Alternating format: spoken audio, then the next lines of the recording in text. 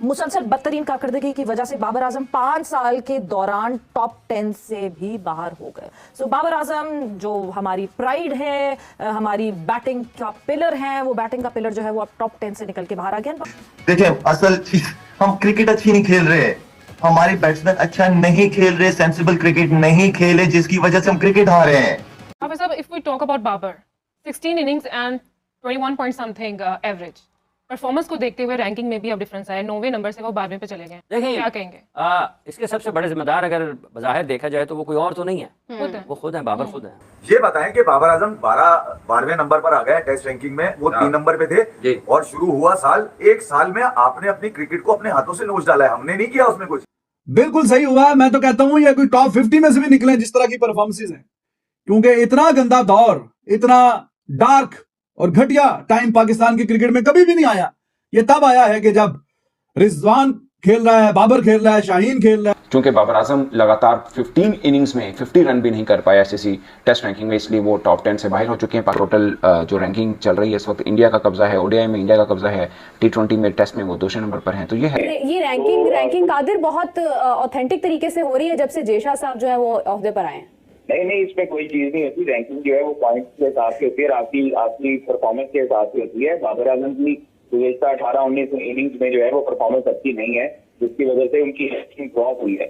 हर चीज में हम क्रिकेट अच्छी नहीं खेल रहे यार, हमने सेंसिबल क्रिकेट नहीं खेली, अब तो किसी की इज्जतें भी महफूज नहीं है। प्लेयर्स को बढ़ा के पेश करना, किंग बना देना, हमें मीडिया में तो किसी ने नहीं कहा कि बाबर आजम किंग है भाई। बाबर आजम का कंपैरिजन कोहली से हो रहा है, कोहली से हालांकि उसका कोई कंपैरिजन नहीं है। ये बहुत ही ठीक हो रहा है कि इनकी जो रैंकिंग जो तगमे शगमे हैं ये सब इनसे वापस ले। बदतरीन कारकर्दगी की वजह से बाबर आजम 5 साल के दौरान टॉप 10 से भी बाहर हो गए। सो बाबर आजम जो हमारी प्राइड है, हमारी बैटिंग का पिलर है, वो बैटिंग का पिलर जो है वो अब टॉप 10 से निकल के बाहर आ गया। अभी कल ही मैं 2021 T20 वर्ल्ड कप की इंडिया वाले मैच की हाईलाइट देख रही थी, एंड कहाँ गए वो बाबर आजम। प्लेयर्स को बढ़ा के पेश करना, किंग बना देना, हमें मीडिया में तो किसी ने नहीं कहा कि बाबर आजम किंग है भाई। बाबर आजम का कंपैरिजन कोहली से हो रहा है, कोहली से हालांकि उसका कोई कंपैरिजन नहीं है, लेकिन मीडिया वाला कोई नहीं है। सोशल मीडिया के हो सकते हैं या वो फ्रेंचाइज टीम हो सकती है। बट गलत बात वहां से शुरू होती है जहां वो प्लेयर खुद को ये अज्यूम करने लगे। तो इन प्लेयर्स की भी गलती है कि वो, अगर देखें, हर किसी को पता होता है कि मैं कैसा हूं और मैं कौन हूं। सेल्फ रियलाइजेशन होती है, सेल्फ अकाउंटेबिलिटी सबसे पहला स्टेप होता है। क्या सेल्फ रिस्पेक्ट खत्म हो गई है? क्योंकि हम पाकिस्तान टीम के लिए ये कहते थे कि ये वो टीम है जो कॉर्नर टाइगर्स है। आप बिल्ली को भी दीवार से लगाते तो वो पंजा मारती है, ये तो बिल्ली वाला काम भी नहीं कर रहे। सवेरा यहाँ पे ना अकाउंटेबिलिटी खत्म हो गई है। सेल्फ रिस्पेक्ट और सेल्फ अकाउंटेबिलिटी की तो आप बात ही मत कीजिए। ये सिर्फ आते हैं पैसा कमाने, या मुल्क को या मुल्क की प्राइड को सीधा करने नहीं आते। इनके नजदीक सिर्फ जो है ना वो पैसे की अहमियत है, प्राइड की अहमियत नहीं। ये बताएं कि बाबर आजम 12वें नंबर पर आ गए टेस्ट रैंकिंग में, वो 3 नंबर पे थे और शुरू हुआ साल, एक साल में आपने अपनी क्रिकेट को अपने हाथों से नोच डाला है, हमने नहीं किया उसमें कुछ। जो बाबर को डिफेंड करना चाहता है ना, मैं उसे चलो ये बता देता हूँ, क्रिकेट पे सच बोल लो। अब मुझसे 20 मिनट मिल लो, तुम लोग डिफेंड भी ठीक नहीं कर रहे। आता ही नहीं, तुम्हें आता ही नहीं कि अगर तुम्हें उसको बचाना है कैसे बचाओगे? अबे हम तो मारते घंटे पे। इसके अलावा मैं अकेले में सोच रहा हूँ यार, हमारी क्रिकेट इतनी का ही गुजरी हो गई। बाबर भाई ने कहा था ड्रेविड है, वो बन जाएगा ना। अबे ये कैसे बल्ले बाहर जा रहे खड़े खड़े यार, 2 नंबरी हुई है यार। किसने? चांद को गिराने यार, मैं बर्दाश्त कर रहा हूँ 2 दिन से यार। सरफराज के खड़े खड़े बल्ले बाहर जा रहे, क्रीज से बाहर निकल के शॉट, ये छोटी चील, ये ग्लैडिएटर का 33 पे 0, ये इतना सीधा खेलता है, ये क्यों उठपटांग क्रिकेट खेला है बाद में। बाबर आजम को पूरी वर्ल्ड टेस्ट चैंपियनशिप साइकिल देनी चाहिए, ये वाली भी, ताकि अगर कोई लानत बच गई तो वो भी उठा लेगी। तो रैंकिंग जो अपडेट हुई है तो बाबर आजम कोई तकरीबन 5.25 साल के बाद अभी टॉप 10 में से, तीनों फॉर्मेट में वरना कहीं ना कहीं मौजूद ही रहते थे, तो अब नीचे गए हैं। टीम का सत्यानाश, बेड़ा गर्क, रिकॉर्ड पे रिकॉर्ड बन रहे हैं और शर्मिंदगी वाले रिकॉर्ड बन रहे हैं। तो आप किस चक्कर में जनाब ऊपर बैठे हुए हैं टॉप 10 में इतने अरसे से जो टॉप 10 में है? तो पाकिस्तान ने क्या कमाल कर लिया, क्या कौन सी बहुत सी शानदार परफॉर्मेंसेस दिखा दी हैं कि जो जनाब आप ऊपर टॉप ऑफ द लेडर, कहीं टॉप 5 में हैं, कभी टॉप 10 में हैं। इतने साल हो गए हैं, इतने दिन हो गए हैं, इतने महीने हो गए हैं, तो किस चक्कर में भाई? तो बिल्कुल ठीक हुआ, बिल्कुल सही हुआ। मैं तो कहता हूं ये कोई टॉप 50 में से भी निकले जिस तरह की परफॉर्मेंसेज हैं, क्योंकि इतना गंदा दौर, इतना डार्क और घटिया टाइम पाकिस्तान की क्रिकेट में कभी भी नहीं आया। ये तब आया है कि जब रिजवान खेल रहा है, बाबर खेल रहा है, शाहीन खेल रहा है, और वो पाकिस्तान की टीम का नाम और मुकाम बेड़ा कर रहे हैं।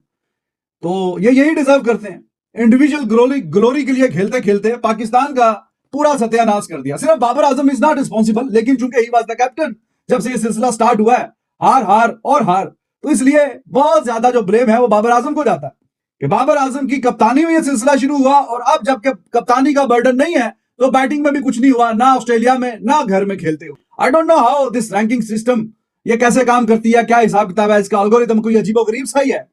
इनको किन बॉलर्स के खिलाफ किन कंडीशन में कहीं ना कहीं करते वगैरह ये चीजें भी बीच में, और किस पोजीशन पे रन आए हैं, इन सब के नंबर होने चाहिए।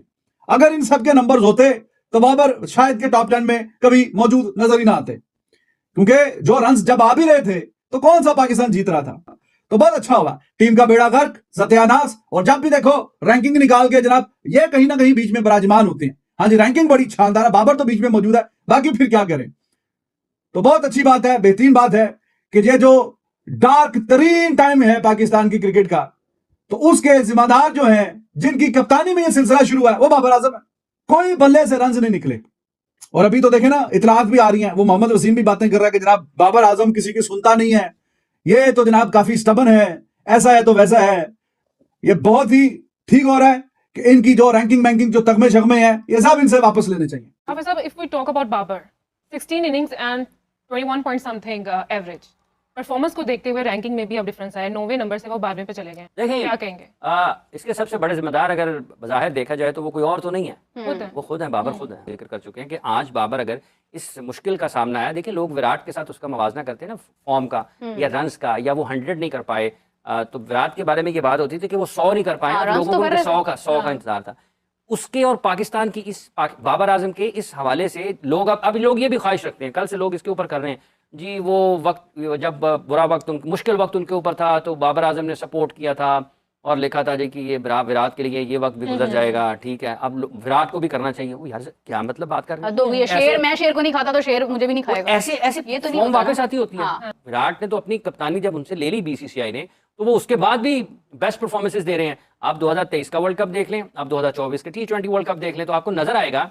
इसके अलावा जो उन्होंने 2022 में खेला अगेंस्ट पाकिस्तान में क्रिकेट डिक्लाइन की तरफ गई है। बाबर आजम जो कि टॉप 10 टेस्ट के बैट्समैन में थे, उनमें से भी बाहर हो चुके हैं, जिसमें मेरे ख्याल से कि बाबर आजम आई गेस के एक अच्छे नंबर पर थे, जहां पर जो रूट थे, डैरल मिचेल थे, स्टीव स्मिथ थे, जयसवाल भी थे, लेकिन अब वो टॉप 10 की लिस्ट से बाहर हो गए, 12वें नंबर पर आ गए। जो पहले रेटिंग आई थी आईसीसी की, उसमें वो 9वें नंबर पे गए थे, और अब दूसरे मैच में नाक़िस परफॉर्मेंस के बाद बाबर आजम 12वें नंबर पर आ चुके हैं। ये रैंकिंग कादिर बहुत ऑथेंटिक तरीके से हो रही है जब से जेशा साहब जो है वो ओहदे पर आए हैं। नहीं, इसमें कोई चीज नहीं होती। रैंकिंग जो है वो पॉइंट्स के हिसाब से होती है, आपकी परफॉर्मेंस के हिसाब से होती है। बाबर आजम की गुज़श्ता 18-19 इनिंग्स में जो है वो परफॉर्मेंस अच्छी नहीं है, जिसकी वजह से उनकी रैंकिंग ड्रॉप हुई है। Babar Azam world class player जरूर है, लेकिन अपने ऊपर ध्यान दे, कम से कम रैंकिंग पे प्लेयर की हाथों पर बहुत फर्क पड़ता है, उसको, उसकी परफॉर्मेंस को, और उसके इवन देखिए बाबर परफॉर्म करता है तो उसका फायदा अल्टीमेटली पाकिस्तान को होता है, पाकिस्तान टीम को होता है, पाकिस्तान के जो है आवाम खुश होती है। अगर बाबर आजम परफॉर्मेंस नहीं दे रहे तो फिर उसके बाद जो है वो तमाम तर चीजें काफी हद तक प्रेशराइज हम देखते हैं होती है, प्लेयर दूसरे ही परफॉर्मेंस नहीं दे रहे होते ये। लेकिन बाबर को खुद अपने साथ सीरियस होने की जरूरत है, अपनी गेम पर ध्यान देना चाहिए, कोचेस के साथ मशवरा करना चाहिए, खुद सियाने नहीं बनना चाहिए कि आप जब अपने आप को बेहतर अक्लमंद समझने लगते हैं उस वक्त आप जो है वो ठोकरे खाते हैं और उस वक्त आपको परेशानी आती है। तो जब उनका एटीट्यूड प्रॉब्लम आएगा, जब उनको हवस आएगी, कुर्सी की लालच आएगा, तो उस टाइम पर आपकी परफॉर्मेंस और आपकी जब नीयत खराब होती है उस टाइम पे नुकसान पाकिस्तान का होता है। बिल्कुल ठीक कहा कादिर आपने।